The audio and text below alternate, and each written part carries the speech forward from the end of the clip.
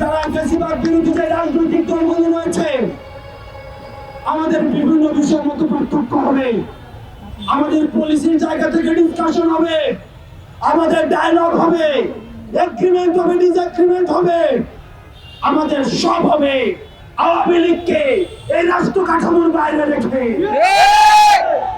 আপনাদের ভুলে গেলে চলবে না, কোন গণতান্ত্রিক প্রক্রিয়ায় ভোটের মধ্য দিয়ে কিন্তু আওয়ামী লীগের বাংলাদেশ থেকে পালাতে বাধ্য হয়নি। আওয়ামী লীগ পালাতে বাধ্য হয়েছে গণঅভ্যুত্থানের মধ্য দিয়ে। পৃথিবীর ইতিহাসে কোথাও কোনো নজির নেই গণঅভ্যুত্থানের মধ্য দিয়ে যারা পালাতে বাধ্য হয় তাদেরকে আবার নির্বাচনে ফিরিয়ে নিয়ে আসা হয়। সুতরাং আওয়ামী লীগের পতন হয়েছে 5ই আগস্ট। 5ই আগস্ট চূড়ান্ত সিদ্ধান্ত হয়ে গিয়েছে। আওয়ামী লীগের নাম, আওয়ামী লীগের মার্কা এবং আওয়ামী লীগের আদর্শ এই বাংলাদেশের রাজনীতি করার অধিকার হারিয়েছে।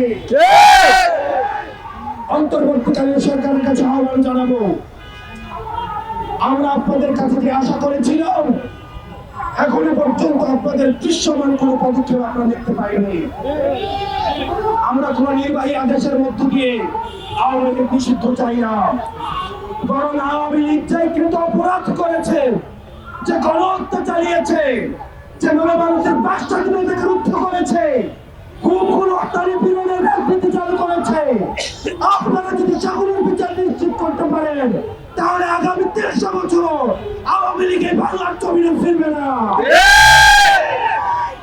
আপনারা কিছুদিন আগে দেখেছেন 10টা ফেরাউন, 10টা নমরুদকে যদি একসাথে করা হয় তাহলে একটা হাসিনা হবে না। হাসিনা 10টা ফেরাউনের থেকেও ভয়ঙ্কর, 10টা নমরুদের থেকেও ভয়ঙ্কর।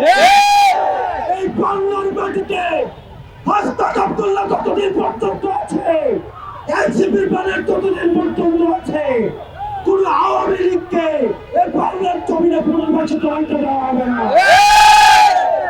আমরা অন্তর্বর্তীকালীন সরকারকে বলতে চাই, আপনারা দ্রুততম সময়ের মধ্যে আপনারা আওয়ামী লীগের নিবন্ধন বাতিল করতে হবে।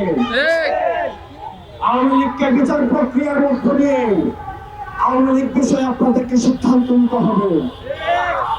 আওয়ামী লীগের বিচার প্রক্রিয়ার মধ্য দিয়ে আওয়ামী লীগকে নিষিদ্ধ করতে হবে। আমরা আবার বলতে চাই, আওয়ামী লীগ হচ্ছে একটা ট্রান্সপ্লান্টেড, আওয়ামী লীগ হচ্ছে ইমপ্লান্টেড শক্তি আর ইম্পোর্টেড শক্তি। আওয়ামী লীগ কোনো রাজনৈতিক দল নয়, এটা হচ্ছে ভারতীয় আধিপত্যবাদের এক্সটেনশন।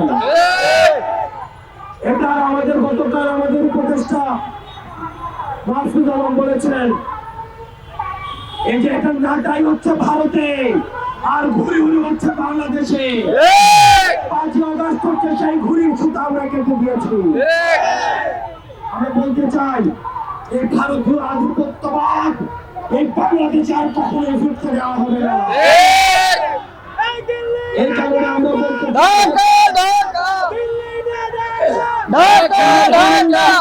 বিরুদ্ধে না, আমরা স্পষ্ট করতে চাই, আমরা কোন ইনস্টিটিউশনের বিরুদ্ধে না, বরং যে ইনস্টিটিউশন গুলোকে ধ্বংস করা হয়েছে আমরা সেগুলিকে আমরা পুনঃপ্রতিষ্ঠা করতে চাই।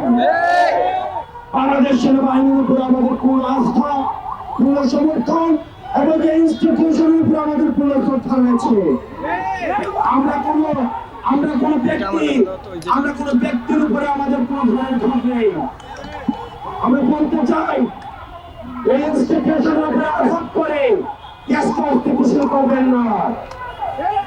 আপনারা যারা এই ইনস্টিটিউশন গুলো চালাচ্ছেন, আমরা আপনাদেরকে অনুরোধ করবো, আপনাদের উপরে আমরা লক্ষ্য রাখতে চাই, আপনাদের উপরে আমরা ভরসা রাখতে চাই। আপনারা আপনাদের যে সার্ভিস রয়েছে, আমাদের যে সার্বভৌমত্বের প্রশ্ন রয়েছে, সেটাকে আপনারা অবসর থাকুন। আর রাজনীতির বিষয়টা আপনারা রাজনীতির উদ্দেশ্যে আপনারা দেখতে দেবেন। আপনারা ল অর্ডার বিষয়গুলো আপনারা দেখুন। কোন ইনস্টিটিউশনের এগেইনস্টে আপনারা জনগণকে দাঁড় করিয়ে দিবেন না।